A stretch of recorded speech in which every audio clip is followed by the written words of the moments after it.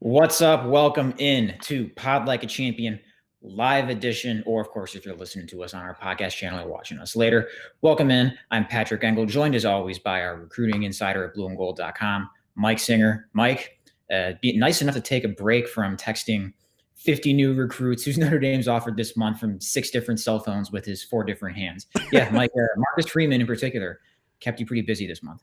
Just two hands, yeah. It's been very busy. We've been joking about this with Loose Emoji at blueandgold.com. It's like, man, we're excited for the football season to start, so things get slow down again because it's been so busy in this world of Notre Dame football since Notre Dame lost to Alabama in the college football semifinal playoff. All the transfers, or guys entering the transfer portal, I should say, guys coming back from the transfer portal in Houston Griffith, coaching changes, Marcus Freeman coming in and just take it. I don't know. I almost said a curse word. That's just what Marcus Freeman's coming in here and doing. He's just taking no one's crap, and he's really killing it on the recruiting trail. So, it's been impressive and kind of like a breath of fresh air in a way to him just coming in and just being an absolute dog on the recruiting trail. Yeah, you have that, and then a new quarterback offer. Hasn't been one of those in a little while. There's only been 3 of those in the last 3 years or whenever it was since Tyler Buckner got offered. But Mike, I'll give you the floor just to kind of catch the people up on recent offers to know. But first, want to make sure you guys are subscribed to our YouTube channel here, subscribe to our podcast on Apple Podcasts or Spotify. If you are, hit that thumbs up button on this video. We'd love to get to 400 likes on this one. And if you're listening on podcast, if you'd be so kind, if you like what you hear, leave us a review, leave a 5-star rating or whatever rating you choose here. Hopefully you like us. And the best way to support this podcast is to subscribe to blueandgold.com. You can get a 60-day free trial using the promo code IRISH60. That's IRISH60. And be sure to follow us on Twitter. You can follow me at Patrick Engel _, and you can follow Mike at Rivals _Singer. So, Mike, I've lost count exactly how many offers Notre Dame has dished out this month. It's well into double digits here, but I'm just going to kind of let you take that where you want to take it and just kind of what your reaction has been and kind of what you've sensed are the important offers and ones you can kind of see Notre Dame being a player in. Yeah, good stuff. Want to quickly mention that this is our Q&A time for those live. So get your questions in now. But yeah, to Patrick's question there, last week is when Marcus Freeman really got going on the recruiting front, getting in touch with linebacker prospects, and various defensive line prospects, of course, Tyson Ford, who committed, and Notre Dame offered 3 corners, last week, or it might've been the week before. I can't remember. The weeks are running together. And then he started seeing more safety offers. Notre Dame's even offered some new prospects on the offensive side of the ball. Just today offered a running back, Jadarian Price, from just north of Dallas. So lots of new offers kind of rolling in. But Patrick, you mentioned the quarterback offer. So I've told this a few times to those who listen to me a good bit. This isn't the first time you've heard me say this, but I've been covering Notre Dame football recruiting since May of 2019. That's when I got this awesome job here at blueandgold.com. That was back when the 2020 cycle was the current one. So you have Drew Pines committed, for like a year already at that point. You already had Tyler Buckner committed for, I think 2 months. He committed March of 2019. So I am just waiting for Notre Dame to finally offer a quarterback so I can cover quarterback recruitment. And those 2 offers went out in August to Gavin Wimsatt and Stephen Jelly in the 2022 class. And then Notre Dame hadn't offered that 3rd quarterback just until this past Friday. Ty Simpson, highly ranked prospect, number 36 overall player in the country, number 3 pro-style quarterback. He's listed as a pro-style quarterback, but he is very much a dual threat guy. Make sure you go to blueandgold.com and read on Monday afternoon. I posted the gold standard, ton of nuggets on defensive recruiting for Notre Dame, but also quarterback country coach who trains Ty Simpson, former Ole Miss quarterback. I spoke to him about Simpson, and the guy just absolutely raved about him. Said he was comparable to Ian Book in their ability to improvise, but where Ian really separates himself, or I'm sorry, where Ty really separates himself is when he gets outside the pocket. Or excuse me, I'm looking at two different things. Is when Ty stands in the pocket. Ian Book, an incredible college quarterback, but Ty is just kind of that next level elite quarterback that I think Notre Dame fans really would like to see in this class. So Steven Chelly is a great prospect as well. Gavin Wimsatt, both of those quarterback recruits whom Notre Dame's offered. So quarterback recruiting is going to be probably, at least in my opinion, the most interesting thing to kind of track here during the off season, because these guys have already played their junior seasons, and Notre Dame doesn't have a quarterback commitment. You typically will Notre Dame would get that quarterback pledge after their sophomore year. At least that was kind of the trend in the past few years. But here we are, January 26th, and no quarterback commitment, and it doesn't seem like anything is super imminent on that front either. Yeah, I know Buckner and Drew Pine had committed before their junior year, and in Buckner's case, spring of his sophomore year. Brendan Clark, I've got the Pod Like a Champion research team on He him right was now. a little bit later, but He Jurkovec was early. He was. Yes, it was July of 2018. It was after his junior year, but that was also his second commitment because he was committed to Wake Forest. But Right. he still fits an example of quarterbacks committing really early because he committed somewhere, but not to Notre Dame. So yeah, definitely something to monitor in the sense that there's a little more urgency to it just because of the timing of it, of at least in the last two cycles, Notre Dame had that position figured out at this point. So should we give the people what they want? Take some questions? I think so. Technical Technician's one of our favorite commenters just because of that name. And he likes it. So he says support it, subscribe, and hit that thumbs up. So I say we go with what Technical Technician is saying here. So we're going to get right into question time here. We will answer as many questions about Notre Dame football recruiting as we possibly can. But really the only way to guarantee it, guys, if you drop us a super chat, which is basically your way. What are you laughing at, Patrick? Kind of the plug there. Shameless plug. But we Shameless gotta plug. keep the lights on here. Yeah, if you drop us a super chat, I will absolutely answer your question. Otherwise, I can't guarantee. But we will absolutely do our best here. All right.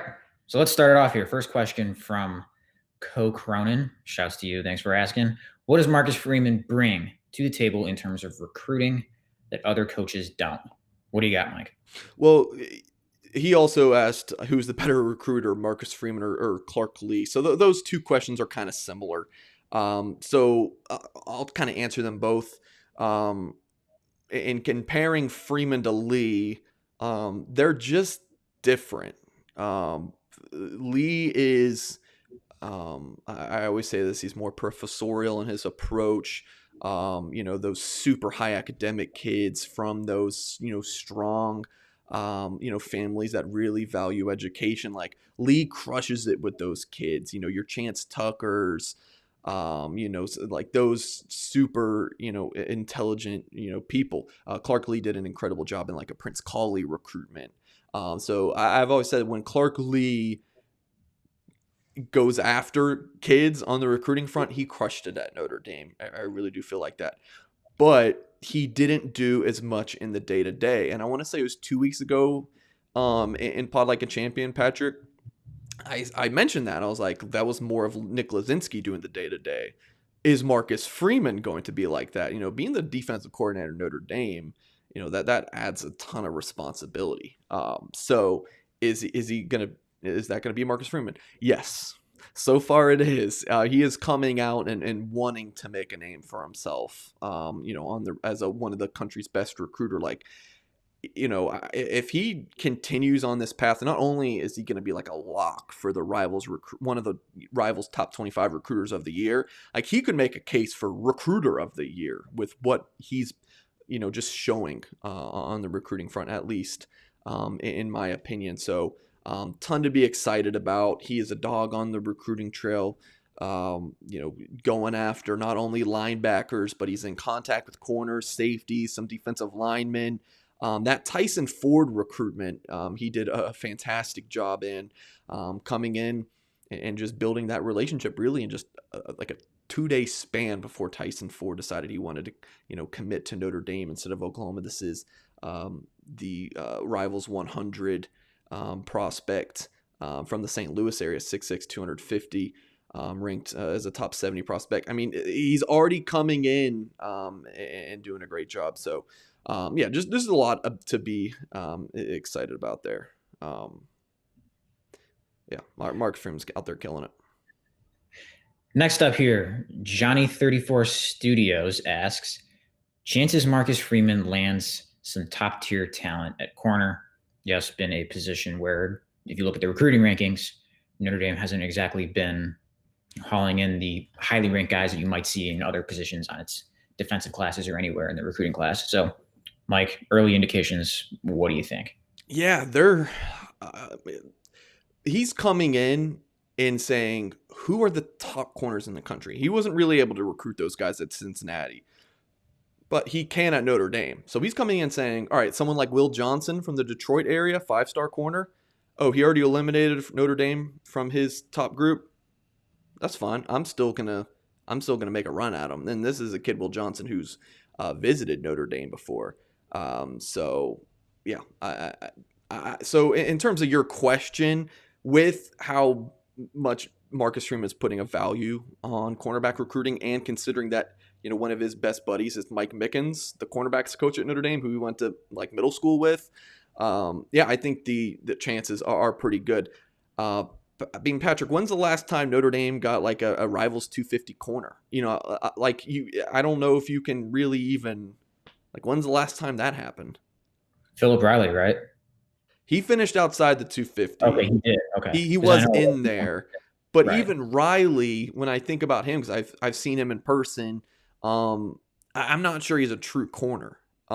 He's kind of one of those guys who's a very good football player, but I'm not sure that his biggest strength is just necessarily a lockdown, fluid cover corner. So, I'm not sure if our crack staff is on that, but the research division of this podcast is on it. And the answer would be in the 2019 class, the last Rivals 100 cornerback Notre Dame landed is Isaiah Rutherford, who, as of earlier this month, is no longer on the team. Sure. So I think that kind of reinforces my point. So I said Rivals 250. I mean, easily Rivals 100. I mean, Notre Dame should be able to get a corner. Yes. From there. 110th. If I said Rivals 100, I misspoke. He was just outside of it. Well, no, I said Rivals 250. When's the last time Notre Dame got the guy from the Rivals 250 corner? So I even set the bar kind of low there. But yeah, in terms of specific guys, Will Johnson would kind of be swinging for the fence. I would say he's at the very top of the board. And then Toriano Pride from St. Louis, that's another guy who Tyson Ford is close with. Like, these players in St. Louis are pretty tight. Like, Tyson Ford grew up with Gabriel Rubio, good friends there. Toriano Pride is a big name to know. Marcus Freeman and Mike Mickens have been in close contact. Nikai Martinez from the Orlando area, he's someone who visited Notre Dame for a couple days back in November of 2019 and didn't receive the offer from the Irish until about 9 or 10 months later. Expressing high interest in Notre Dame, Mike Mickens has done a good job in the recruitment. And I am told, which I reported at blueandgold.com, that Mickens and Freeman spoke over the weekend and are going to have another call this week. So that's another highly ranked prospect at cornerback. I believe he's ranked number 180 in the country per Rival. So those are the biggest names. If Notre Dame can get in the mix for Bobby Taylor Jr., of course, that would be a big one. But I just don't see him, following in Pop's footsteps and playing for the Fighting Irish. Jaden Gould, a teammate of the aforementioned Steve Angeli at Bergen Catholic in New Jersey. I've seen him in person. Is he a corner? Is he a safety? I don't know, but he's a very good prospect. So he would be another solid one for Notre Dame. So to go back to this is some more findings from the research team here. Notre Dame has not landed a four-star cornerback who has like finished his career with the team, which obviously Rutherford won't, since Troy Pride in 2016. That's initially what I'm finding here. Noah Boykin was rated as a corner and is a four-star, but he of course transferred out. Yeah, I believe that's the conclusion or what in 2017. But all right, let's move on. From Ryan Murphy, this question: do you see the 2021 or 22 class finishing better in terms of final ranking? Ooh, part of that will be determined on how big of a class Notre Dame takes in 2022. I tend to think it's gonna be around 18 to 21 ish. But guys, that's what I said about the 2021 class. So you know, I can't say for sure, obviously, on how big the class will be. Because if we're talking about Rivals rankings, I can't speak for the other websites that do recruiting rankings. But Rivals takes your top 20 in a class. So if you take 27, your lowest 7 guys ranked wise don't even count. So when Notre Dame took 17 in the 20 class, and them finishing 23 was actually really impressive, because they would have just added 3 more, lowly 3-star guys. They would have jumped up to like 12 or something like that. So in terms of this, yeah, so it depends. Notre Dame has a huge class in 2021, and currently ranked by Rivals as the number 9 class in the country. We'll see when National Signing Day 2.0 rolls around, if Notre Dame moves at all. But I want to say, though, that Notre Dame might have a higher ranked class, like just barely, like maybe 7 or 8. But it's kind of contingent on, do they get to that 20 mark? Because I do think that you're going to have some highly ranked guys on defense with Marcus Freeman. I'm all aboard the hype train. I'm not a hype guy. Like, I don't like to put out hype just for the sake of putting hype. But I don't know how you couldn't be like jacked up if you're Notre Dame recruit Nick about what Marcus Freeman's doing. So I think that he is going to bring in the dudes. You look at Notre Dame's class in the 2022 cycle already, 5 commitments. You have 2 3-stars as 5.73 stars. So that's that high designation for a 3-star prospect. And then you have a 5.9, which is a mid-level 4-star in Tyson 4 to 5, and a couple 5.8s, which is a low 4-star in Ty Chan and Joey Tonona, your offensive linemen, who are safely inside the 250 national rankings per Rival. So very good start. And the 2021 class got off to a very good start too. But we're just talking in terms of rankings here. From kind of in the thick of the pandemic last year, Notre Dame went on a string of like taking like 7 straight 3-star guys, which isn't going to, really help the recruiting ranking. So I think that they could really, take a bunch of, 4-star type guys here, because last year was just a wonky recruiting cycle, and there was really no way, like to prepare for that. And, Notre Dame was going to have that huge March recruiting weekend where they might have been able to get some of their, biggest priority guys committed. That wasn't able to happen. But still, not to get off too much of a tangent, Ryan, I'm sorry, this is a very long-winded answer. But the answer is yes. I can absolutely see it. And right now, that's what my projection is going to be. All right, next from Steve Kerr. Well, I didn't think he'd take a break from coaching the Warriors, but all right, Steve, recruiting at linebacker. I think we've got a few questions like this. So obviously, Marcus Freeman's like personal position because he's a linebackers coach. Where do you see it going, Mike? I see it going very well. And from what my sources have told me, Patrick, Notre Dame's going to take a pretty big linebacker class in 2022, which I think is really smart. Because strike while the iron's hot. You have Marcus Freeman.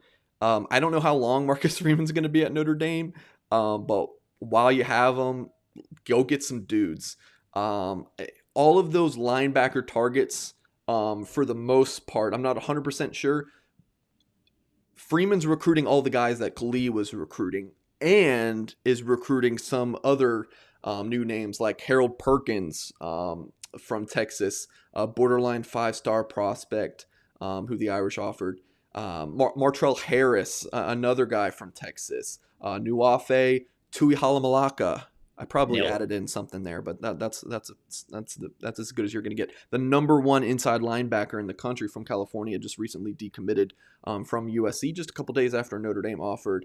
And then you have the some of the other names, that Notre Dame had been after. Your Robbie Snelling from Nevada, Langston Patterson from Nashville. Of course, we can't go a pod like a champion without talking about Sebastian Cheeks, number 105 player in the country, number 13 outside linebacker from Patrick's hometown of Evanston in the Chicagoland area. So didn't even mention Lander Barton, recent 4-star offer from Utah. So tons and tons of names at linebacker that Notre Dame is really looking to land. Big class again. I think you guys might be surprised at just how big this class is. Yeah, at linebacker.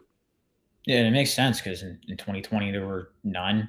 In 2021, 2 of them, and Prince Colley, one of those guys is a Rover. So just in terms of just overall scholarship numbers, this is one you probably kind of circled as, all right, you're thinking you're going to get 3 or 4 of those guys in here. But yeah. All right, up next from Michael Scheller.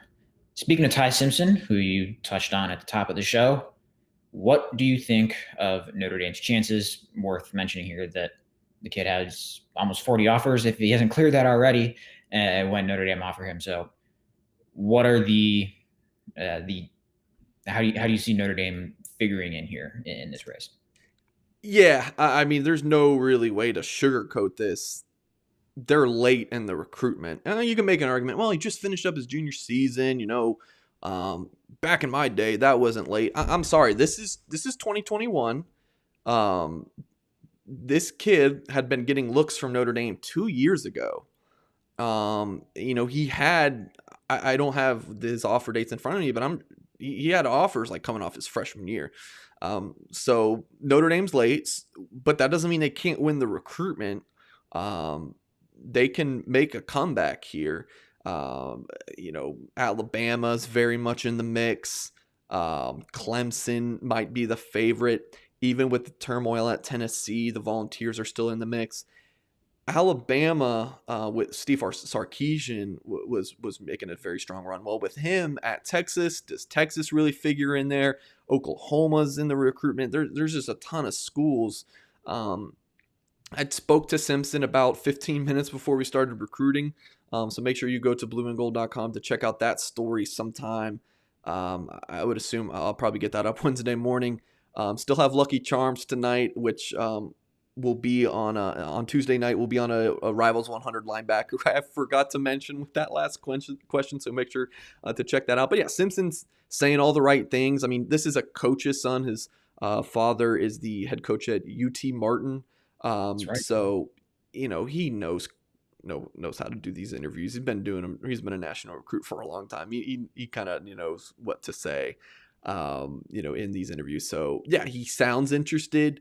But the biggest thing Notre Dame needs, at least in my opinion, is for him to slow the recruitment down. If he's looking to commit in January or early February, like he said in past interviews, then I can't imagine that the Irish are in great shot unless this kid is just like head over heels about Notre Dame. Otherwise, I can't imagine the chances for the Fighting Irish are all that good. We talked about recruiting and geography and whatnot. Fun fact: I've been to Martin, Tennessee, back when I was covering the OVC. Yeah, it's in the far northwest corner of the state. Yep. About 2 hours from Memphis, and I think about the same from Nashville. But all right, let's move on. Yeah, well, I'm thinking about taking a trip up there. I mentioned he's trained by the former Ole Miss quarterback, and that's in Nashville. And I'm like, man, please go to Nashville and train soon, so I can go see him throw instead of having to drive from, because I live in Atlanta, so it's about 4.5 hours to Nashville. But that trip to Martin would be about 6.5 hours. I did just recently get a new car. You guys want to know why I got a new car? Why'd you get a new car? Patrick, I'm sure you watched some of those the signing day videos. Getting to see Oh the yeah. recruits. All of them had nicer cars than me. So I was like, I gotta get a new car. So I got a 2021. So yeah, maybe I'll take a road trip. We won't talk about that. But all right, Johnny 34 Studios here back again. Have you heard anything on Notre Dame getting Zach Rice or closing in? And that is, of course, the 5-star offensive tackle. He Notre Dame is very much in the top three. With Zach Rice, Ohio State and North Carolina right there. Probably ahead of Notre Dame. The thing with Zach Rice is he doesn't really talk to coaches. He'll do interviews, but for whatever reason, he does not love talking to coaches. So unless he just loves Notre Dame and is kind of gonna pull a fast one on some people, including the Irish staff. I don't think Zach Rice is gonna end up at Notre Dame. I think probably North Carolina. He I mentioned that top three. Maybe he even goes outside of it and picks Virginia. He has a lot of ties to the Cavaliers program. But so I'm going to say I have not heard anything about Notre Dame getting Zach Rice or closing in, Johnny. But there have been stranger things that have happened. And was specifically with Rice. And I went out to Lynchburg at the very end of November to see him. Go Flames. Shout out to Liberty. His high school is actually like on Liberty's campus. I didn't even know that was a thing, but I thought that was really cool. So I've spent time with him, sat down with his coach, and I still have no idea kind of what the read is on his recruitment. But I do think that Notre Dame's probably on the outside looking in. All right, going to some offense here. Is Notre Dame in on any game-breaking receivers? And this is from Eugene McGovern. Yeah, Papa Bear on our blueandgold.com message board. Eugene, why don't you drop a comment and tell people how great our message board is at blueandgold.com and why they should sign up and use that promo code Irish60. We would love to have you guys on the website. If you like these recruiting chats, which we're going to do more recruiting live shows in the off season, like if you like these, you'll love blueandgold.com because this is every single day I do stuff like this. Like if you have a question for me on the message board, you ask it and I answer it, so the guarantee way to get your question answered, or you can always drop a super chat and we'll definitely answer your question here. Yeah, Notre Dame in on game breaking receivers. T-Mac, Tatora McMillan is his full name, Elton Servite in Southern California. That's probably the top guy on the board. Him or CJ Williams, another Southern California guy. As you can imagine, the Irish with the pandemic. And I mean, look, CJ Williams was going to visit Notre Dame this past spring. Pandemic happened, couldn't get him on campus. And it's just one of those things where it's tough for Notre Dame in some of these recruitments. But Tyler Morris and Caleb Brown from Chicago, I feel like the Irish got to get one of those two guys. They are just too talented not to be a priority. And from everything I've gathered, the Irish are really going after those guys. Tommy Rees leading the recruitments. And you got to get one of them from your backyard in Chicago. Both private school kids too. You got to get one of those two guys. Tyler Morris, Caleb Brown, probably both slot guys, but could certainly play out to the field as well. And I'm very high on both of those two guys. Darius Clemens from Portland, a top 150 receiver in the country. Andre Green, who has more offers than I could count from Richmond, Virginia area. That's another good one. I think those are probably the biggest names to know right now. But if you're Notre Dame, you got to go get one of those two from Chicago. All right, up next, Irvin Castaneda asks, I live in Mission Hills, and the buzz is about a junior from Alemany, Bishop Alemany. I think that's right. Yep. Jimmy Clausen's high school, I want to say. I will get the research team on that in a minute, only because we were both in grade school whenever he was Yeah. recruited and committed here. But I assume you know who's being referenced here. And Mike, what do you and kind of where's Notre Dame stand with this guy? Yeah. So, yeah, Irvin's questions about Junior, which is Nuafe Tui Halamalaka, just goes by Junior to save people from doing what I just did.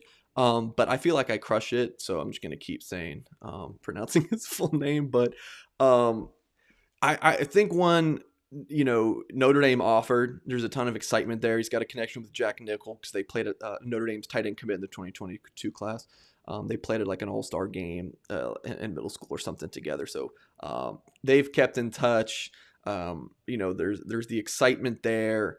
And then he decommits from USC 2 days later. So then I think, and I probably guilty of this as well, just kind of, hyping that up, thinking, yeah, that this thing might happen. But I think we need to pump the brakes on the immediacy of it. I think that it might, stretch later into the spring. But Notre Dame is very much in the mix.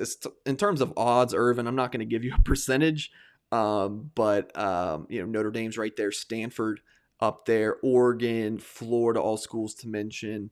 Brandon Plessner, one of our top commenters, says he's the new Manti Te'o.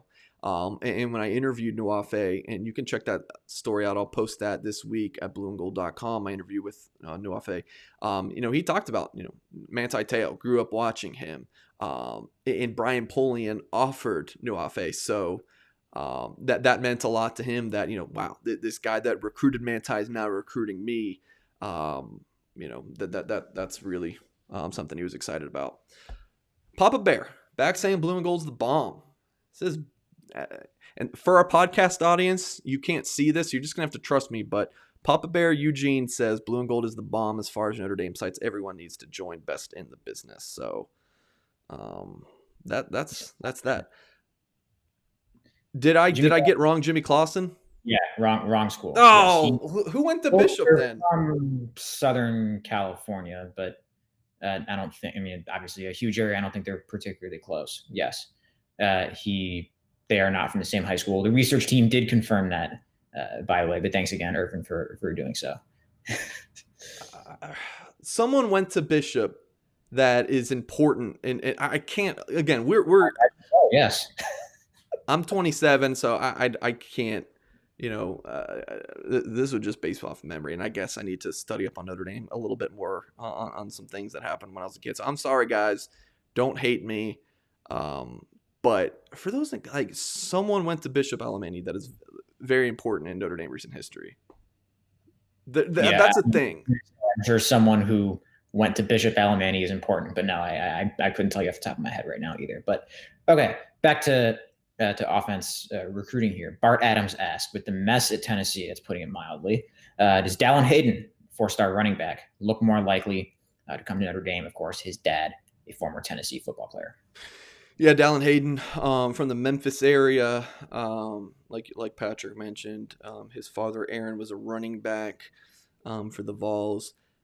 I don't think he was looking like a Tennessee lean even when Tennessee wasn't a mess. So this just, it does make it more likely that he's not going there, because I didn't think he was going there to begin with.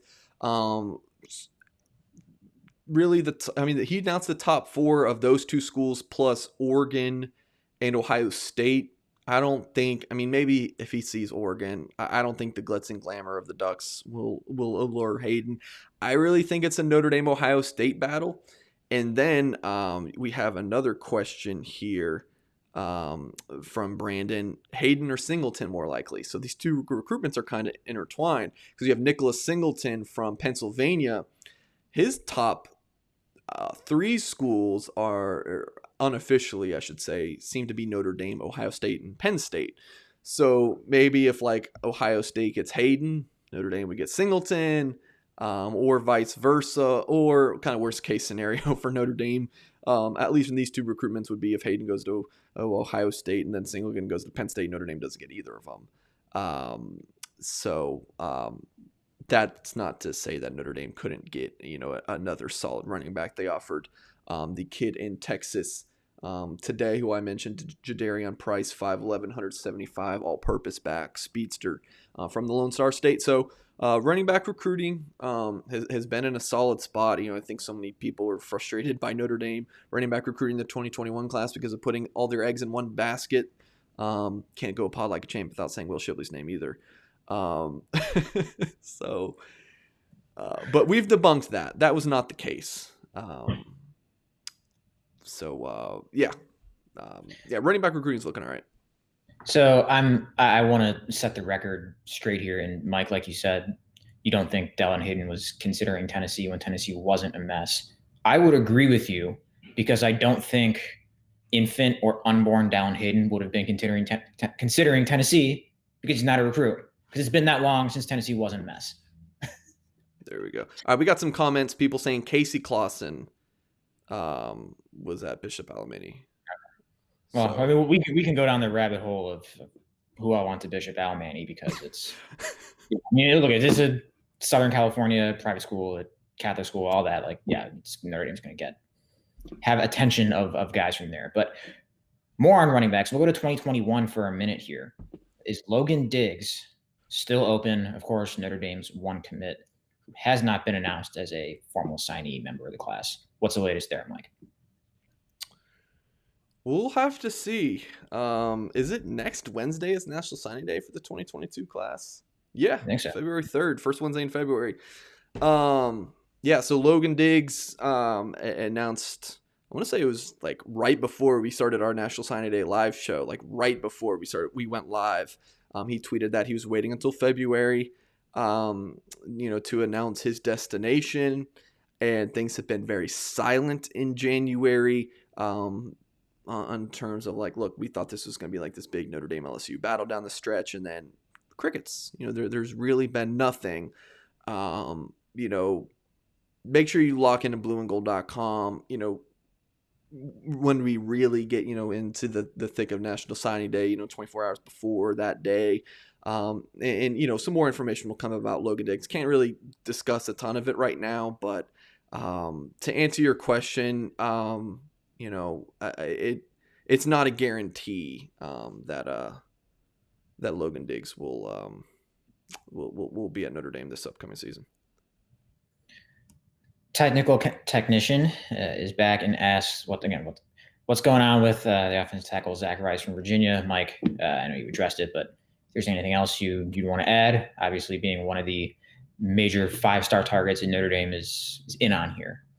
Yeah, again, I think it's probably Ohio State or North Carolina. I'll make sure to check in with some sources this week to see if there's any update. But certainly, there's a ton of other offensive linemen to discuss that Notre Dame is very much in the mix for. Jacob Sexton from Oklahoma. I think Notre Dame might really go after Emil Wagner from Huber Heights Wayne High School, which is where Marcus Freeman and Mike Mickens went to high school. Grant Bingham from Kentucky, Jake Taylor, I have a future cast pick in, the offensive tackle from Vegas, Billy Schrouth, the interior mauler from Wisconsin, I have a future cast pick in for. So if you're looking at an offensive line class of Tanona and Chan, the two you have in right now, a guard and tackle respectively, and then you bring in Schrouth and Taylor, and that's 4. And then, you can either sit pat at 4 or then go get like a Zach Rice if Zach Rice is still out there for a 5th, or, they could really just kind of be playing with house money there. Someone like a Colin Sadler, who Notre Dame really loved from South Carolina, committed to Clemson, maybe they can kind of just take him as a cherry on top, similar to what Notre Dame did in the 2021 class. They had 4, went after Caleb Johnson late, and were able to get him. Michael Ryan left us a super chat. Shouts to you, Michael. And he asks, are we still in the running with the quarterback from Bergen Catholic from New Jersey? And that would be Stephen Angeli, who you touched on. And of course, by we, I meant Notre Dame, as he's asking in this question. So, Mike, where does Notre Dame stand with Stephen Angeli, one of the 2 quarterback offers that it sent out last August? All right. We just got our first super chat of the night, so I'm going to do something new here. That's what we got for super chats now. Mike's new toys, fired up to use it. Michael Ryan, super chat. Sorry, that's probably really annoying. Yeah, absolutely still in it. And the betting favorite at this point would still probably be Steve Angeli, to land at Notre Dame. This is a guy who has a ton of Notre Dame ties. I want to say it was his great uncle played at Notre Dame. A long time ago. His brothers played with it was Quentin Nelson and Brandon Wimbush. There's just a ton of ties there. A New Jersey kid from Bergen Catholic. Great player. Went out to see him in September. Was very impressed by him. So I think Notre Dame would be getting an excellent quarterback, a great ambassador for the program. In terms of recruitment, quarterback recruiting is just kind of in this state, and I felt like this since August when Notre Dame offered Angeli and Winsett, that they're just kind of feeling this out. Like, I think they offered those two in August because they just couldn't go any longer without putting a quarterback offer out there. Like, I keep saying this, I really need to do the research, but I'm pretty sure Notre Dame was the last Power 5 program in the country that hadn't offered a 2022 quarterback. Like, Notre Dame was really banking on that spring eval period and those summer camps, and those didn't happen. And then the season's about to start. So I can't imagine, Tommy Rees wanted to spend a ton of time in that staff doing a bunch of quarterback evaluations at that point. So got those offers out before the season, and had plenty of conversations with both Wimsatt and Angeli. Text messaging, some Zooms here and there, and then Angeli visited campus in December. When Notre Dame was on the road facing Clemson and Charlotte. So I think now when Notre Dame's offering Ty Simpson, I think there's a couple other guys that Notre Dame might extend offers to at quarterback in 2022 as well. So I feel like it's really starting to heat up here for Notre Dame there. Connor Patton asks, what do you think about Brian Kelly having 0 visits with Tyson Ford? Yeah, my understanding is, well, you say visits. There's absolutely no visits, but maybe you're kind of touching more on phone calls. My understanding is that, Lincoln Riley, Oklahoma's head coach, was in very close contact. They had weekly calls. So I don't know where you're getting that Brian Kelly had 0 communication. I'm going to say that's what you mean. My understanding is that they had, I know they had at least 1 phone call. Again, that's my understanding. But, Freeman and Elston got the job done. So at the end of the day, Notre Dame, I feel like, the brand of the Notre Dame program was huge in, the Irish winning that recruitment, and the coaches were even a little bit more secondary. Because, I would say that Oklahoma down the stretch worked harder than the Fighting Irish staff until maybe the last week, and then Notre Dame really ramped it up. But that's everyone wants to dog on Brian Kelly and say he's not recruiting, but in this instance, I know that there was some contact there between the two parties. Next question here, more on quarterback recruiting from Dark Moon Blade asks, do you think there's any chance that Notre Dame takes 2 quarterbacks in this cycle? I love the question, any chance, because this is recruiting. There's always a chance. I was not expecting. What's that, Patrick? 0 chance doesn't exist. Right. Yeah. This is recruiting. I wasn't expecting Notre Dame, at 11:23 a.m. on National Signing Day to just announce that Ron Paulus had signed on scholarship. Wasn't expecting that. I don't think really anyone was outside of the people in the Goog. So there's always a chance with recruiting. Would it surprise me though? I would say yes. I mean, if they take 4 quarterbacks in 2 years, that would be surprising. But if like an Angeli commits, and then Ty Simpson says, "Hey, I want in," what do you do if you're Notre Dame? Like that's a really interesting situation. It'd be a great problem for anyone to have. Yes. Yes. Yeah, I don't think that you're sweating out that problem in the sense that, oh no, we're panicking here. Something is, if you're Notre Dame staff thinking that, you're in a good spot. Irvin Castaneda asks again, another one about a Southern California kid. Arliss Boardingham, is he being recruited as a defensive end, I assume, or a tight end? My understanding is that it's a defensive end, long, lengthy kid Notre Dame offered in December, mid-December, right before National Signing Day. Talked to him, really nice kid, looking into Notre Dame, but still in the early stages of that recruitment. Brandon Plunser back and asks, could Notre Dame end up taking 6 offensive linemen? You kind of touched on a lot of guys there, Mike, but I know this thing is ever changing. But if you had to put a number on it, I mean, how likely is 6? I don't want to say any chance there, because of course there is, but how we'll go with. Well, yeah, that was the question was, could Notre Dame end up taking 6? Could they? Yeah, sure.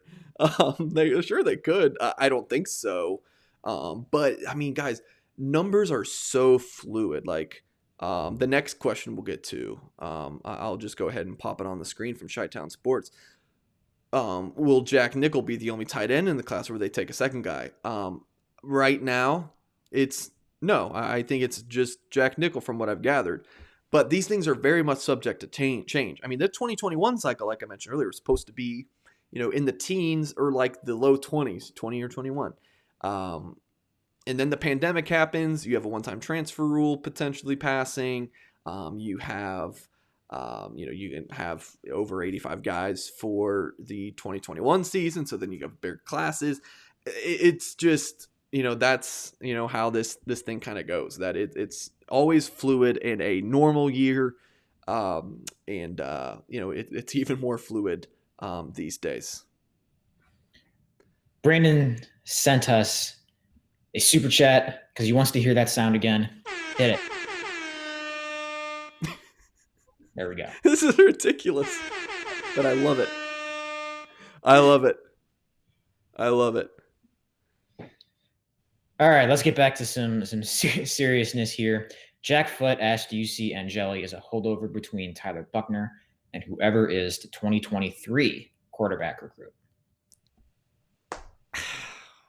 No. Have you seen Steve Angeli? He's impressive. He's, 6'2", 6'3", 205, 210 pounds. His release is I love his mechanics. He's one of the most mechanically sound quarterbacks I've seen in a little while here. If you're making a creative player in Madden at quarterback, you want tall, strong arm, move, and accurate. Like, I'm not saying Steve Angeli's some perfect prospect, but he has all of the tools you want. Like, yeah, maybe I'd want him to be 6'4". I'm 6'3", and when I talked to him in September, eye level. He's a really good prospect. So as a holdover, I don't think so. I mean, look, Tyler, if you're gonna ask me who the future is at the quarterback position, I think Tyler Buchner has the most hype, has the highest ceiling of all of the guys currently on scholarship. But if you bring in an Angeli, Wimsatt, or Simpson, or maybe, a couple other guys that Notre Dame's looking at, then, they're right up there too. People are sleeping on Drew Pine, because he's, small when he came against Alabama. He needs to, get in the weight room a little bit and bulk up a little bit more. But Bryce Young, Alabama's likely starting quarterback for this season, is smaller than Drew Pine. He's about 5'8", 5'9". Drew Pine's about 5'11". Don't sleep on some of these guys. I didn't know that about Bryce Young. Hang on, let's get the research team on his exact height here. And of course, the number 1. I want to say he was number 2 recruit, or he's number 2 quarterback for sure in the 2020 class, right behind DJ Uiagalelei. I thought he was ahead of DJ. He's listed at 6 foot for what it's worth. I don't buy that. Measurements today and compare some of those with what you see guys listed at on the school sites. But Yeah, yeah, maybe 5'8" is a stretch, but yeah, I think he's about 5'10". okay. But I'm pretty sure he was ahead of DJ Uiagalelei, but that's neither here nor What do there. you want to bet? Mm, How about the next time you don't want to write a story that I'm like, hey, dude, let's do a story on this. You got to do it. okay. Okay. There we go. All right. So what if I win? Then you don't got to do it. I don't know. What do you No, want? that's What, like no all right, upside here. what do you want to win then? You got to do a story. Okay. All right. Then, all right. Whatever story you want me to do, Okay. I'll do it then. All right. 2020 Rivals 100 has. This is great riveting stuff right here. I'm pretty sure everyone's on pins and needles. Get a drum roll going here. This is All right. this Let is me what- see if I have that sound effect. I'm not sure. I have a triangle. sound no, effect. that's not meeting the moment here. Okay, well we have the answer. So, Mike, I hope that you remember your typing skills. No. Grade school computer class, because Bryce Young was ahead of DJ Uiagalelei. Really? Bryce was number 2 overall, DJ number 3, one spot. Both of maybe what you thought though is that both were number 1 QBs, which is true because Bryce Young is listed as a dual threat, while DJ is a pro style. So you said DJ was number 3 national recruit in 2020? Yes. Bryce All was right. number 2. I'm really digging these sound effects, guys. All right. Gloat all you All want. right. KMA Preston asks, what would the odds be? What's the percentage that Notre Dame lands a 5-star this year, and the odds that Notre Dame could land 2 or more? Yeah, KMA, I don't do percentages, but for you, I will. Odds be that Notre Dame lands a 5-star. I mean, they've landed 5 stars in back-to-back years. In 2019, I don't think they did. 2018, I don't think. I know they did 2016 with Hayes. I can't remember 2017 through 19. Obviously, that predates my time covering Notre Dame football recruiting. Might have to get the crack staff on that, but I think there's a solid chance. But see, with Jordan Johnson and Blake Fisher, your past 2 5 stars, they committed to Notre Dame as 4 stars, and then were bumped up to 5 stars. Which, you know, if you're one of those Rivals hates Notre Dame, like, well, they bump up your guys to 5 stars. So I'm not sure, you know, what that says, but so in looking at Notre Dame's commit list, could like a Tyson Ford have that kind of ceiling? I think Ty Chan does. Those are the 2 on Notre Dame's commit list that I could say, man, if they, really impress on film, and maybe, you know, Rivals is able to evaluate those guys live in person, that could really help. But on the offer list of 5-star guys, your best chance, like the guys that are currently ranked 5 stars, you have Will Johnson, who I mentioned earlier, the cornerback, Zach Rice, who we've touched on a good bit. And then the next question we'll go ahead and get to is CJ Hicks. That's the 5-star linebacker from the Dayton area. Braden Plesner has another question for us. Yes, about CJ Hicks. Is he a realistic flip candidate, or should Notre Dame just move on? Yes, to answer this part of the question, that's a statement. A flip like that would turn Marcus Freeman into an instant Irish legend. Hicks, of course, an Ohio kid, committed to Ohio State. Usually Ohio State gets the kids in the state they want, and they don't go away, with few exceptions. So, like Lorenzo Styles. Why don't you handicap there? And I was going to trivia quiz or geography quiz you about where Kettering, Ohio is, which is where Hicks High School is, which you already said it. Yes, outside of Dayton. All right, Nuggets on CJ Hicks. Yeah, and Freeman and Mickens are both from Huber Heights, like I mentioned earlier, in the Dayton area. I think it was about 20 or 30 minutes that separates those 2 high schools. Realistic flip, sure, in that I could see it, a situation where it happens. Should we just move on? No. And then your last comment there, a flip like that could turn Marcus Freeman into an instant Irish legend. Brandon, once Florida State, like let's say they flip CJ Hicks next week, and then Florida State has a first down or even a field goal on Notre Dame, you're going to want Marcus Freeman fired.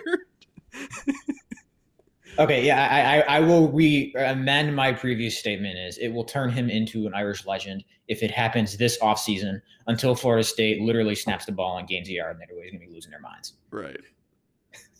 All right, let's get back to another question here from KMA Preston. Thoughts on Cooper Barkate? I'm assuming that's how you say it. As a prospect, new as in the last few days, offer out of Southern California, I believe. I really like him. He's ranked as a 5.5, that low designation for a 3-star. But this is a guy who's playing small ball in California, transfers to Mater Dei, the powerhouse in Southern California for his junior season, which of course did not happen this past fall and probably won't happen this spring. But his high school coach at St. Margaret's before he transferred to Mater Dei, Corey Minor. A name that Notre Dame fans a little bit older than Patrick and I should know. There's that strong connection there.